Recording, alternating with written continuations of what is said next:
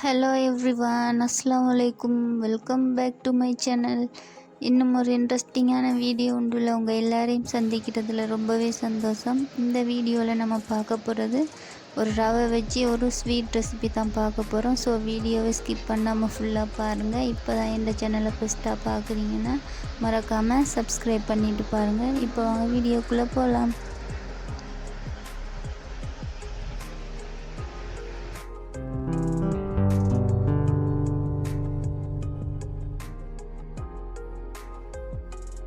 ஃபஸ்ட்டுக்கு ரவையை வறுத்தெடுத்து கொள்ளலாம். அடுப்பு மீடியம் ஃப்ளேமில் வச்சு வறுத்தெடுத்து கொள்ளுங்க.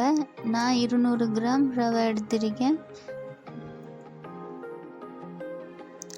ரவை பார்த்திங்கன்னா கலர் சேஞ்ச் ஆகாமல் வறுத்தெடுத்து கொள்ளணும்.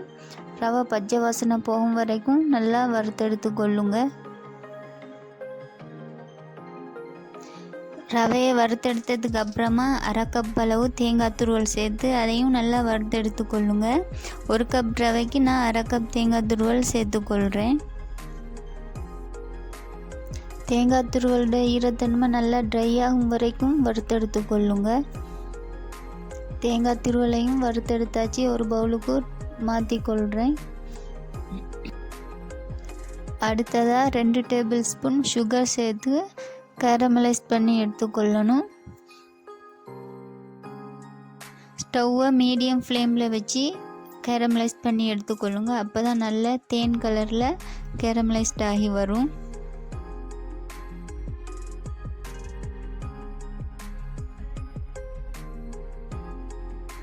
வீடியோவில் பார்க்குற மாதிரி நல்லா கேரமலைஸ் பண்ணி எடுத்துக்கொள்ளுங்க. அடுத்ததாக 1 கப் அளவு சுடு தண்ணி ஊற்றிக்கொள்கிறேன். நீங்கள் நார்மல் வாட்டர் ஊற்றினீங்கன்னு சொன்னால் கேரமலைஸ் பண்ணின சுகர் எல்லாமே அப்படியே கட்டியாகிரும். அதனால் சுடு தண்ணி ஊற்றி நல்லா மிக்ஸ் பண்ணி விடுங்க. மிக்ஸ் பண்ணிவிட்டு 150 கிராம் சுகர் சேர்த்து நல்லா மிக்ஸ் பண்ணி விடுங்க, நல்லா கரையும் வரைக்கும். சுகர் கரைஞ்சதுக்கு அப்புறமா 1 டீஸ்பூன் வெனிலா எசன்ஸ் சேர்த்து நல்லா மிக்ஸ் பண்ணி விடுங்க. வெண்ணிலா எசன்ஸ் இல்லைன்னா ஏலக்காய் தூளும் சேர்த்துக்கொள்ளலாம். அடுத்ததாக வறுத்து வச்சிருக்கிற தேங்காய் துருவலை சேர்த்து நல்லா மிக்ஸ் பண்ணி விடுங்க. தேங்காய் துருவல் சேர்த்து மிக்ஸ் பண்ணதுக்கு அப்புறமா நம்மளுக்கு விருப்பமான ஏதாச்சும் நட்ஸ் சேர்த்துக்கொள்ளலாம். நான் இன்றைக்கி கெசவ் நட்ஸ் தான் சேர்த்துக்கொள்கிறேன். உங்களுக்கு விருப்பம்னா எந்த நட்ஸ் வேணாலும் சேர்த்துக்கொள்ளலாம். அடுத்ததாக ரோஸ்ட் பண்ணி வச்சுருந்த ரவையை சேர்த்து நல்லா மிக்ஸ் பண்ணி கொள்ளுங்க. கைவிடாமல் நல்லா மிக்ஸ் பண்ணி கொள்ளுங்க.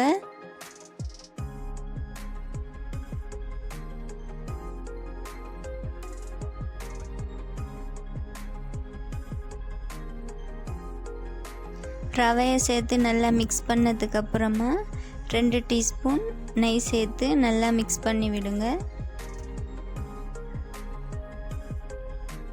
நெய் இல்லைன்னா பட்டரும் சேர்த்துக்கொள்ளலாம். பாருங்கள், ரூலான் டோஃபி ரெடி ஆகிட்டு அடுத்ததாக ஒரு பிளேட்டில் மாற்றிக்கொள்ளலாம். ஸ்டவ் ஆஃப் பண்ணதுக்கப்புறமா உடனே ஒரு பிளேட்டுக்கு மாற்றிக்கொள்ளுங்க. அப்போ தான் கட்டியாகாமல் நல்லா ஈவனாக ஸ்ப்ரெட் பண்ணி விடலாம். இதே மாதிரி நல்லா ஸ்ப்ரெட் பண்ணி விடுங்க. அப்போ தான் கட் பண்ணி எடுக்கிறதுக்கு ஈஸியாக இருக்கும். இந்த ரூலான் டோஃபியோட சூடு ஆறுறதுக்கு முன்னாலேயே நீங்கள் கட் பண்ணி கொள்ளுங்க. எந்த ஷேப்பில் வேணாலும் கட் பண்ணி கொள்ளலாம். சூடு ஆறுனதுக்கு பிறகு கட் பண்ணோம்னு சொன்னால் கட் பண்ணுறதுக்கு ரொம்பவே கஷ்டமாக இருக்கும். அதனால் சூடு ஆறுறதுக்கு முன்னாலேயே கட் பண்ணி எடுத்துக்கொள்ளுங்க. பாருங்கள், இப்போ எல்லாத்தையும் நல்லா கட் பண்ணியாச்சு. எப்படி சூப்பராக வந்திருக்குன்னு நீங்களும் ஒரு முறை ட்ரை பண்ணி பாருங்கள். ரொம்பவே ஈஸியாக செய்யலாம். நீங்கள் ஒரு பிகினராக இருந்தால் கூட ரொம்ப ஈஸியான மெத்தடில் நான் சொல்கிற அளவுகள் எல்லாமே சேர்த்து பண்ணி பாருங்கள். அவ்வளோ சூப்பராக இருக்கும்.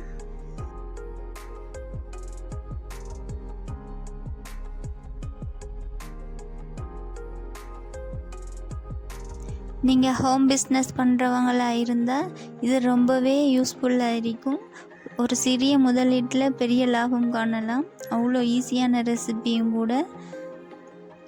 நான் வீடியோவில் காட்டுற மாதிரி நீங்கள் பேக்கேஜிங் பண்ணிக்கொள்ளலாம்.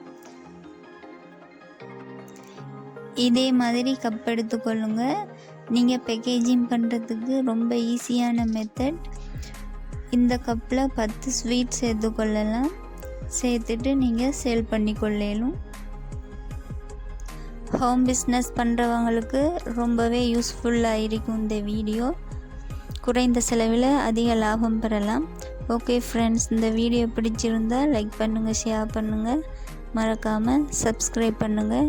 இன்னும் ஒரு இன்ட்ரெஸ்டிங்கான வீடியோ ஒன்றில் உங்கள் எல்லாரையும் சந்திக்கிறேன். தேங்க்ஸ் ஃபார் வாட்சிங்.